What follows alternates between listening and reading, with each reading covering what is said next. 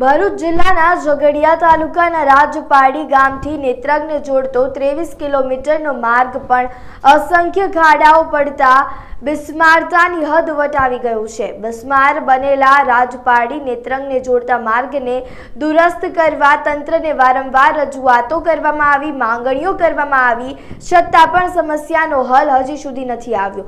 ગ્રામજનો હવે વિફર્યા છે, ત્યારે ગામના સ્થાનિકો વિરોધ પ્રદર્શિત કરવા માટે રોડ પર ઉતરી ગયા છે અને નેત્રંગથી રાજપાડી અને રાજપાડીથી નેત્રંગ તરફ જતા વાહનો હિંગોરિયા ગામ પાસે આંદોલનકારી ગ્રામજનોએ અટકાવી દીધા છે।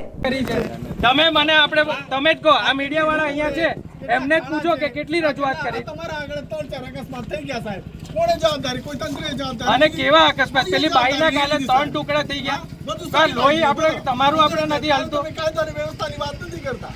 જેને કોઈ ઘરના લોકોએ જીવ ગુમાવે એમને ખબર। કોઈ તે અકસ્માત થયો તો કોઈ આરોપી કોઈ એ નહીં પકડાય। આરોપીને તમારા કેમેરા નહીં ચાલુ ચોકડી પર, બોલો હવે। હા, હવે તમે અહીંયા અમે ધરણા પર બેસી ગયા ત્યારે તમે એવું કહો કે કાયદા વ્યવસ્થા જાળવવા આવ્યા। અહીં જે મોટા સોરવા સરકારી શાળા આવેલી છે, ત્યાં 150 થી 200 બાળકો ભણતર માટે આવે છે। અહીં સ્થાનિક રહેવાસીઓ ધૂળની ડમરીઓથી પરેશાન છે, સ્વાસ્થ્ય સાથે ચેડા થાય છે અને અહીં ઓવરલોડેડ ગાડીઓ બેફામ જતી હોવાથી ઘણા બધા અકસ્માતો થાય છે અને તેમાં મૃત્યુ પામે છે।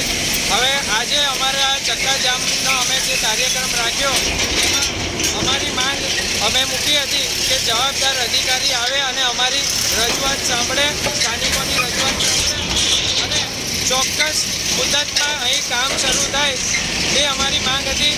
તે માંગને ધ્યાનમાં રાખી અહીં મામલતદારશ્રી અમારી રજૂઆતને સાંભળવા માટે આવ્યા હતા અને ધર્મેશભાઈ જે આરએનબીના અધિકારી છે તેમની સાથે પણ ફોન પર વાત થઈ।